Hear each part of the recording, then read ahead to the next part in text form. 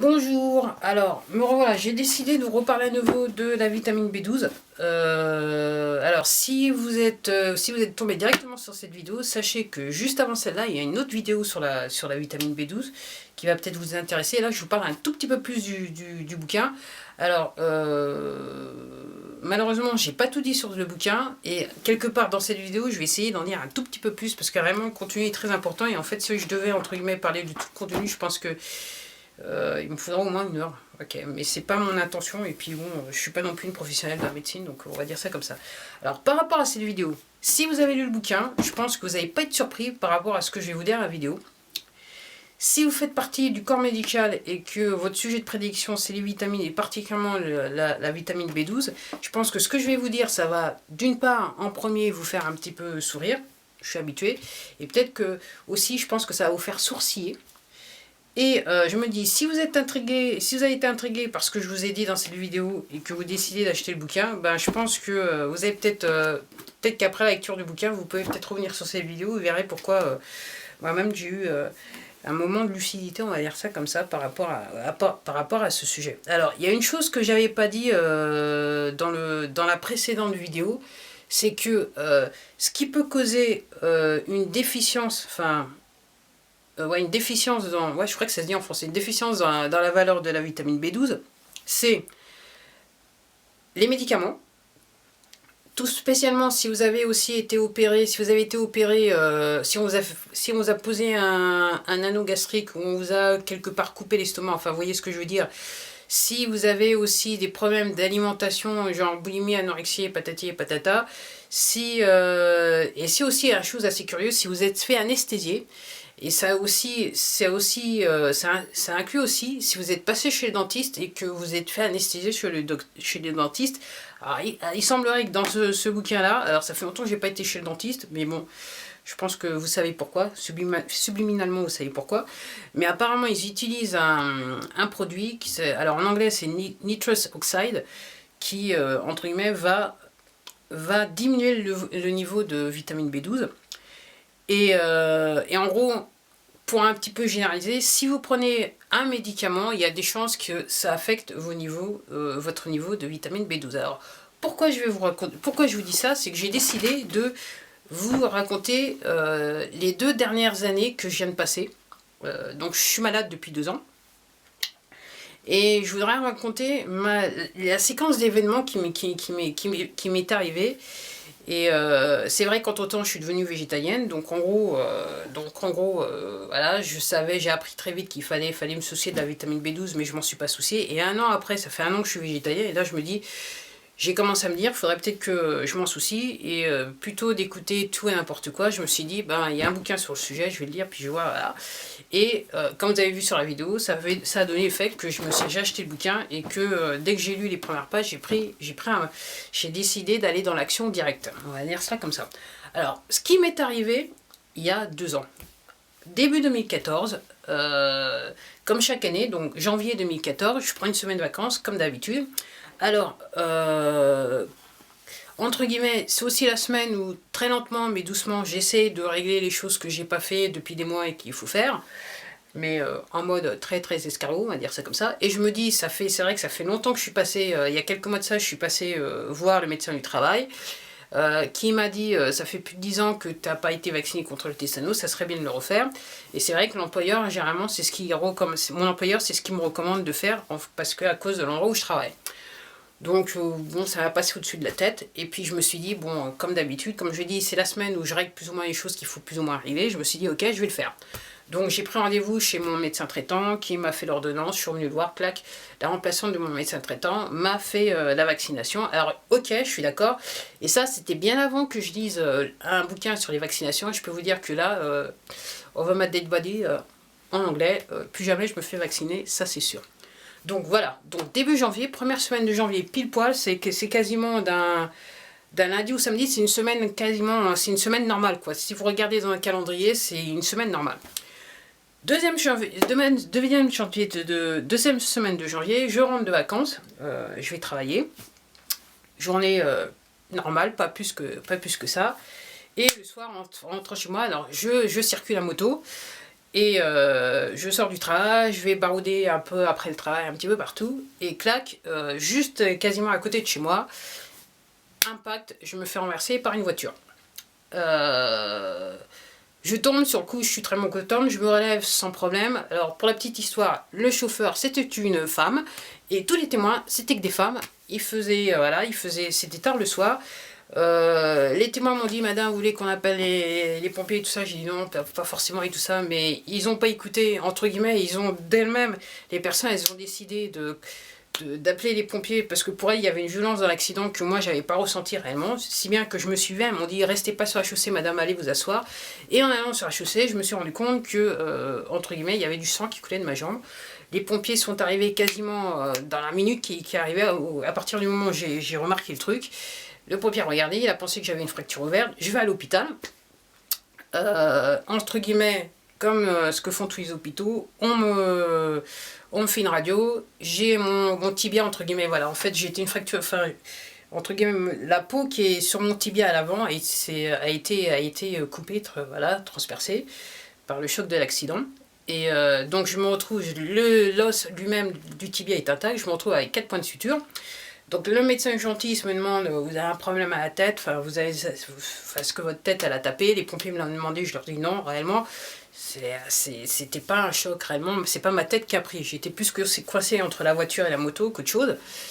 Donc pour faire donc 4 points de suture, elle m'anesthésie. En plus de ça, c'était quasiment tard le soir, ça prend un petit peu de temps. Il y a un interne qui est là avec elle, donc elle lui explique que en faisant les points de suture, elle lui explique que quand il y a les chairs sont ouvertes comme ça et qu'il y a de la graisse, faut pas toucher à la graisse, faut refermer telle quelle. Donc voilà, donc elle me redemande, voilà, la tête, elle me garde un petit peu. Après, elle me dit, bon, bah, vous pouvez partir, entre guillemets, c'est à peu près ça. Et entre guillemets, tard dans la soirée, c'est-à-dire le lendemain, il y a une ambulance, on me ramène en ambulance chez moi, et bien sûr, je peux pas marcher. Donc, on me prescrit des médicaments pour la douleur et je suis obligée d'en prendre, donc Doliprane entre autres, et puis je me rappelle plus un autre il me semble, mais je me rappelle plus quoi, une semaine de médicaments, avec un arrêt initial. Donc je prends les médicaments pendant une semaine, ça j'en suis sûre. Après, une fois que l'arrêt est terminé, je retourne voir mon médecin traitant et en fait, je me retrouve, je crois que c'était sa remplaçante que j'avais vue, donc je lui explique la chose, je peux toujours pas marcher. En apparence, alors, ce que me disait, enfin, ce que m'a laissé plus ou moins entendre le médecin urgentiste, c'est que ça allait pas bien prendre longtemps. Après, moi, je suis pas non plus une chochotte, donc je me suis dit, bon, en gros, d'ici 1 mois et demi, le temps que ça se referme, je suis tranquille, je vais être, voilà. Et donc, 1 mois et demi plus tard, alors, la cicatrisation externe est parfaite, mais seulement à l'intérieur, j'ai des boules de graisse sous la plaie qui raclent sur l'os et je peux pas marcher, je peux pas rester debout. Voilà. Entre temps, dans le mois qui suit, je commence à avoir des petites douleurs au dos, mais rien de bien méchant dans le sens que parce que je peux pas marcher et que ça me fait mal, bah, je suis obligée, je passe quasiment plus de 90% de mon temps dans mon lit. Entre guillemets, rien de bien méchant. Donc, j'avoue que en arrivant à l'accident, même si j'avais pris les vacances, j'avoue que mon niveau de stress était assez élevé. L'accident et le fait d'être en maladie et de ne plus pouvoir bouger m'a augmenté mon niveau de stress. Après, j'ai eu des déboires entre guillemets juridiques que je devais régler, que je ne pouvais pas physiquement régler à cause de mon accident parce que tout simplement je ne pouvais pas me déplacer. Donc ça a entre guillemets élevé mon niveau de stress. Donc 1 mois et demi après, je me retrouve voir le docteur. Donc je peux pas retourner au travail, j'ai trop mal. Alors elle me prescrit, en fait j'ai eu une succession d'arrêts, on va dire ça comme ça. J'ai passé quasiment 7 à 8 mois avec ce problème de graisse qui voulait pas partir, je pouvais pas marcher. Entre guillemets, ça a commencé à s'améliorer et entre temps je me suis dit, parce que j'ai eu peur, donc j'ai décidé de faire attention à ce que je mangeais. C'est comme ça que j'ai commencé à me renseigner, plus motivé par un problème d'argent, à savoir peut-être considérer changer mon alimentation sans me priver, commencer à faire des exercices parce que je voulais pas grossir, essayer de rester tonique parce que je pouvais pas réellement bouger.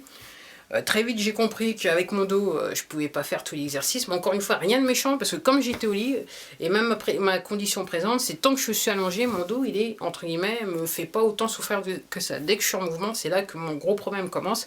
Et c'est vrai qu'une fois que la douleur s'est installée, si je veux, entre guillemets, oublier ma douleur de dos, en fait, la faire réduire, il faut que je m'allonge, il faut que je sois allongée sur le dos, que je bouge plus pendant des heures. Et après, le niveau de la douleur redescend. Donc rien de méchant jusque, entre guillemets... donc la période de janvier, l'accident, et je dirais juillet. Entre-temps, j'avoue, alors le stress, les soucis, la douleur extrême. Alors clairement, on est sur lever le matin 6-7 sur l'échelle de la douleur. Et cette échelle, je l'ai eue pendant plus de 2 ans. Ok. Et donc dès que je bouge, ben voilà, ça c'est plus possible. Donc entre guillemets, entre-temps, je commence à déprimer. Alors l'histoire, c'est que... je déprime, mais alors vous pouvez le voir, j'ai déprimé parce qu'en fait toutes ces taches que j'ai là, les taches qui sont voilà, qui sont un peu noires, c'est en fait des boutons que j'avais d'acné que j'ai touché tellement je stressais, et en gros j'avais quasiment à un moment donné j'avais des chairs à vif. Donc là maintenant avec le recul je comprends qu'en fait j'étais en dépression. Et que comme d'habitude, entre guillemets, c'est vrai que je suis quand même un fort caractère, donc j'ai géré comme j'ai pu, voilà, avec ce que j'avais, en sachant que j'étais réellement, j'étais à un niveau de stress maximum, j'étais extrêmement sollicité, et vous savez, quand vous avez des problèmes, c'est là que tous les vautours vous tournent autour, et vous réalisez qu'en fait, les gens qui sont très très proches de vous ne sont que des vautours. Et ça rend pas les choses plus délicates, surtout quand ces gens-là, en fait, enveniment la situation, on va dire ça comme ça. Donc, me voilà, donc entre temps, donc le dos est quasiment ignoré, on se concentre sur la jambe. Donc là c'est jusqu'à peu près juillet. Je crois que entre temps j'ai dû aller voilà.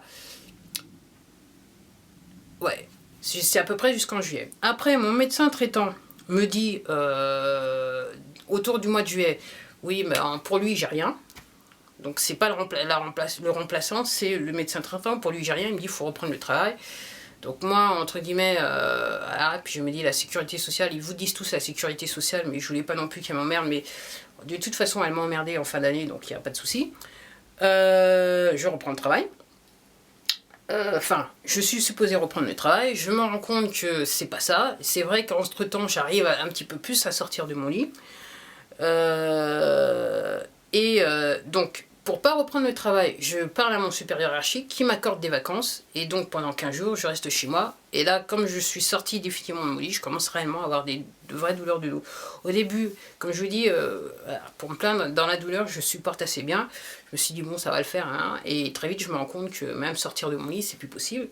Et je me souviens de quelques jours auparavant, oui, parce qu'entre-temps, ce que j'ai oublié de vous dire, c'est que c'est vrai que j'ai commencé à faire de la dépression, et à un bout d'un moment, dans la période entre janvier et juillet, j'ai fait un premier malaise, j'ai eu des vertiges. Moi, je pensais que c'était un malaise de l'oreille interne, mais après coup, maintenant, après avoir lu ce bouquin, je commence à me poser des questions. Et donc, clairement, je me lève le matin, ça commence à tourner.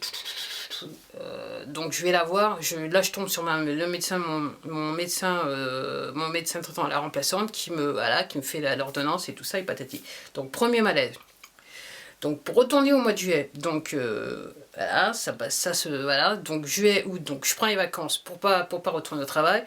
Après les vacances, la douleur s'installe sur mon dos, je peux plus, je suis obligée de retourner voir le même médecin traitant, qui lui commence à me donner des médicaments que j'ai pris pendant quelques temps, parce qu'en fait ça me faisait rien, j'avais toujours la douleur, une douleur réellement atroce, comme je vous dis atroce, c'est sorti du lit, 6-7 sur l'échelle de la douleur de 0 à 10, c'est 6-7 dès le matin, donc dès que vous bougez c'est encore pire. Voilà. Après il faut marcher, il faut aller aux toilettes, il faut manger, il faut faire des trucs, il y a des trucs que personne ne peut faire d'autre, enfin personne d'autre que vous ne peut le faire, donc voilà, vous imaginez. Donc là, on est sur le début de la rentrée. Donc entre-temps, il m'envoie, mon médecin traitant m'envoie voir un rhumato qui lui me dit vous avez rien madame, mais j'ai du mal à marcher. J'ai du mal à marcher, tout ce que je dis, j'ai du mal à marcher. Donc ça, c'était avant juillet. On arrive sur septembre, j'ai une voisine qui me dit change de médecin traitant, ça c'est pas normal ce qui t'arrive. Je l'écoute, entre guillemets, ma dépression, je commence à plus ou moins à sortir de la brume, donc je change de médecin traitant. Donc je lui raconte l'histoire, voilà, j'ai un accident de moto, patati patata, voilà, et depuis j'ai du mal à marcher, et j'ai mal au dos, j'ai vraiment une douleur de dos. Alors lui me dit tout de suite, ce que vous me racontez, c'est incroyable, mais lui il comprend que son boulot c'est de soigner les gens, donc il me dit, on va faire je crois que, alors il m'a dit, on a un scanner ou une radio? Non, c'était un scanner qu'on a fait, donc on a fait un scanner, il m'a dit, on va voir, il m'a demandé une prise de sang, on va faire un scanner. Après un scanner, sur le scanner, il n'y a rien, mis à part que j'ai une petite scoliose. Et entre temps, quand il m'a fait l'ordonnance pour le scanner, il me dit, s'il n'y a rien sur le scanner, on peut faire sur un IRM. Et moi, je lui dis, il me dit, en apparence, il n'y a rien. Je lui dis, bon, je voudrais un IRM. Il a fait l'ordonnance, on a fait l'IRM, et là, on est sur la fin, quasiment à la fin de l'année 2014. Donc je vais sur un centre faire mon IRM, et là on découvre le poteau rose. Donc en gros j'ai l'état de ma colonne, des disques usés, les deux nerfs sciatiques qui sont touchés, qu'est-ce que j'ai, une protrusion discale, donc entre guillemets super, donc je comprends le niveau de douleur. Donc, entre-temps, j'ai des problèmes avec la sécurité sociale, je reprends le travail, c'est chaud. Entre-temps, ce médecin traitant, donc suite au IRM, me prescrit des médicaments, des anti-inflammatoires notamment, que j'avais déjà pris, des anti-inflammatoires, et pour les douleurs extrêmes, la lamaline, qui est à base d'opium. Alors, je suis obligée d'en prendre. Après, le médecin de la sécurité sociale me convoque, me demande de reprendre le travail sur la base que j'ai rien.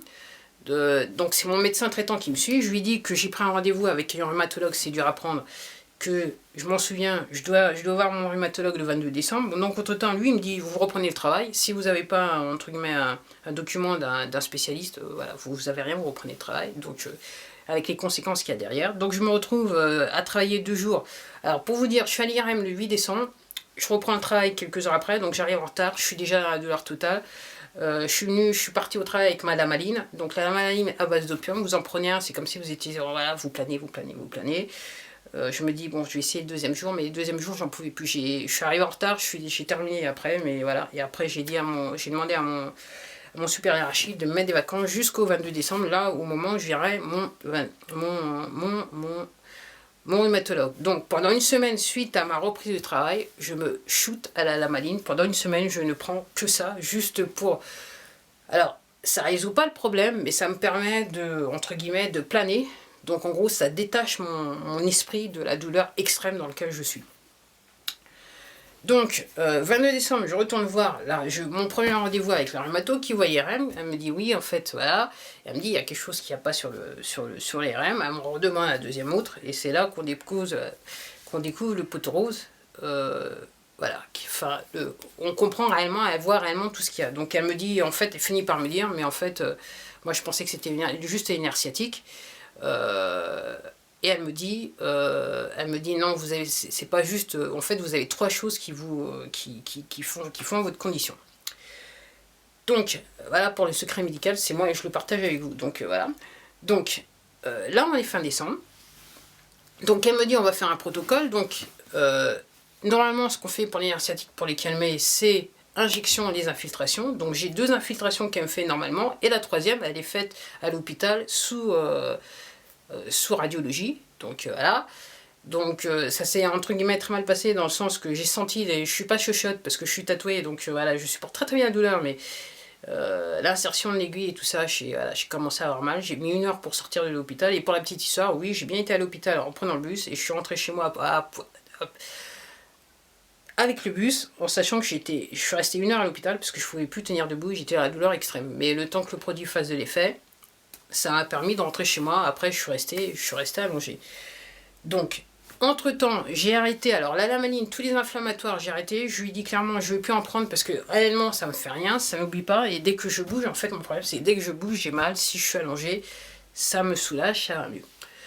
Donc, j'ai la série d'infiltration. Donc, après, il y a des étirements achilliens qui viennent au programme. Et après, qu'est-ce qu'il y a d'autre que je voulais vous dire, que je reviens d'entendre, c'est que j'ai été plus rapide que je le pensais. Et tout ça, vous voyez, c'est pas du préparé, c'est totalement sur le coup. Et comme je vous dis, juste à cause des douleurs, je vais pas non plus me prendre la tête à monter, remonter, voilà, parce que voilà, c'est pas possible. Pour gérer la douleur, c'est pas possible pour moi.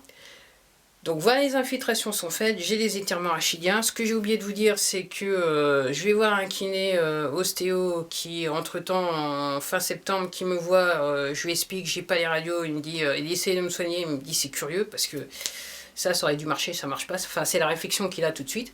Bon, je reviens, donc là, je suis quasiment... Donc les infiltrations, donc on est sur début de l'année 2015. Curieusement, je commence à refaire à nouveau des séances, après les infiltrations, je commence à refaire à nouveau des séances de... Enfin, pas des séances, je commence à avoir à nouveau des vertiges. Je me retrouve, je crois, avec 2 fois des vertiges. Alors, j'ai eu peur, je me suis dit, bon, si ça malaise l'oreille interne, ce qui a fait que, parce que j'ai des problèmes d'audition, et je me suis dit, je devais aller voir l'ORL, ouais, je crois que c'est bon, l'ORL, parce que je confonds orthodontiste.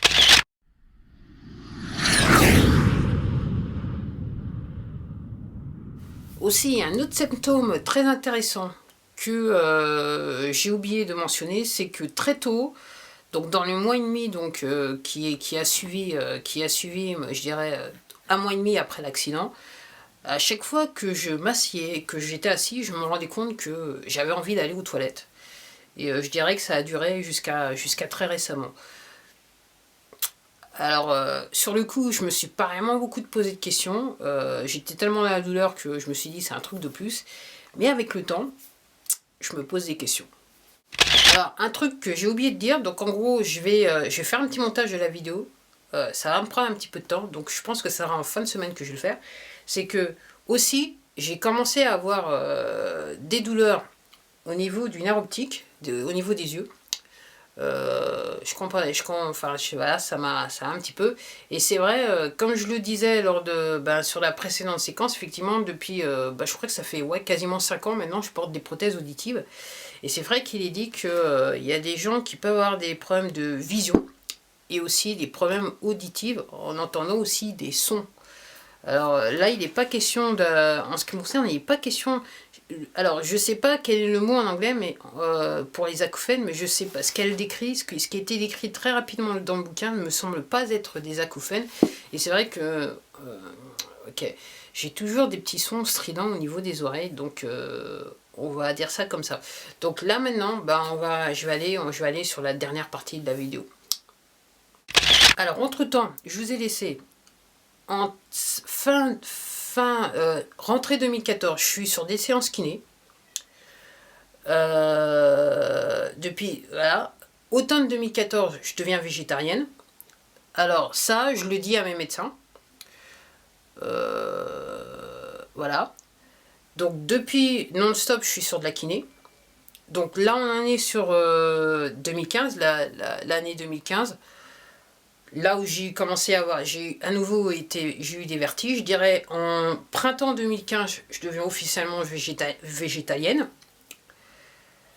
Et je dirais, voilà, et je dirais que l'apothéose des vertiges, c'est le 25 décembre 2015 où je me lève le matin et là c'est catastrophique. Ça a duré toute la matinée. En demi-journée, j'ai vraiment cru que j'allais pas terminer la journée. En demi-journée, je dirais autour de midi, fin de la matinée, ça s'est calmé. Et du reste, pour preuve, j'ai posté une vidéo ce jour-là. Et j'étais quasiment plantée au lit, je pouvais pas me lever en fait. Quand c'est comme ça, je ferme les yeux pour pouvoir me déplacer, mais c'est très rapidement parce que je peux pas tenir debout, quoi, on va dire ça comme ça. C'est le genre de personne que je suis. Donc, ça fait en fait 1 an que je suis végétalienne. Alors, c'était fin 2015 où c'est l'apothéose de toute l'apothéose.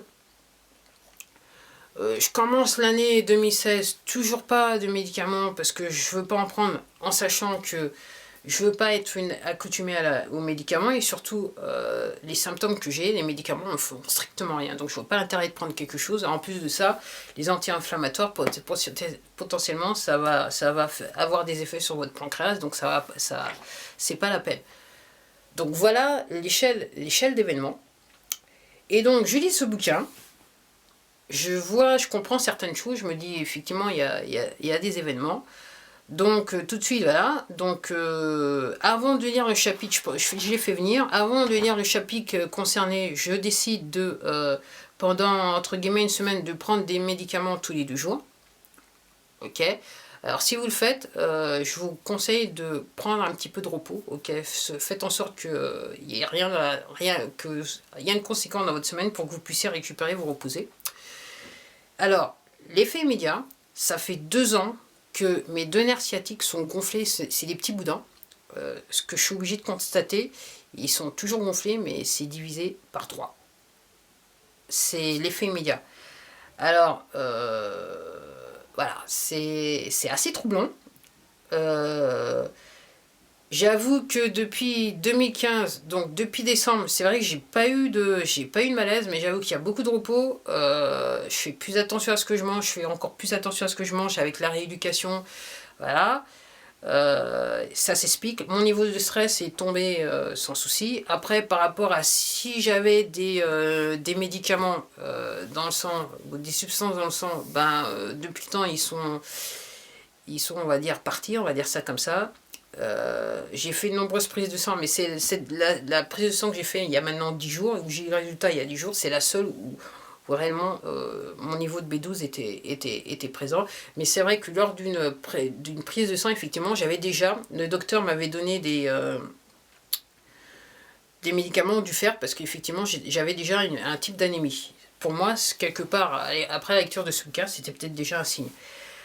Donc voilà ce que j'avais à vous dire par rapport à ma petite expérience. Alors peut-être que vous allez me dire c'est une interprétation, une étrange une interprétation d'événements. C'est très personnel, pourtant c'est ce qui m'est arrivé depuis voilà 2 ans et demi. Alors oui, effectivement, la rééducation m'a aidé. C'est vrai que je fais beaucoup d'exercices pour essayer de garder une certaine mobilité. Mais j'avoue que là, depuis 10 jours, donc ça fait maintenant 10 jours que officiellement j'ai pris de la vitamine B12, j'avoue que je sens une différence sur mon corps. Alors je ne sais pas jusqu'où ça ira. Alors ça sera probablement l'occasion d'une autre vidéo, du moins je l'espère. Après, je sais pas. Voilà, on verra. Voilà. La question could it be B12 ? Je pense que le temps me le dira. Et puis, si c'était le cas, je pense que je referai une autre vidéo sur le sujet. Sur ce, c'était tout pour moi. Voilà, c'était l'histoire de ma vie depuis ces 2 dernières années. Clairement, je suis quasiment sur 2 ans et demi là. Et voilà, je voulais la partager avec vous. Sur ce, je vous dis à la prochaine vidéo. Au revoir.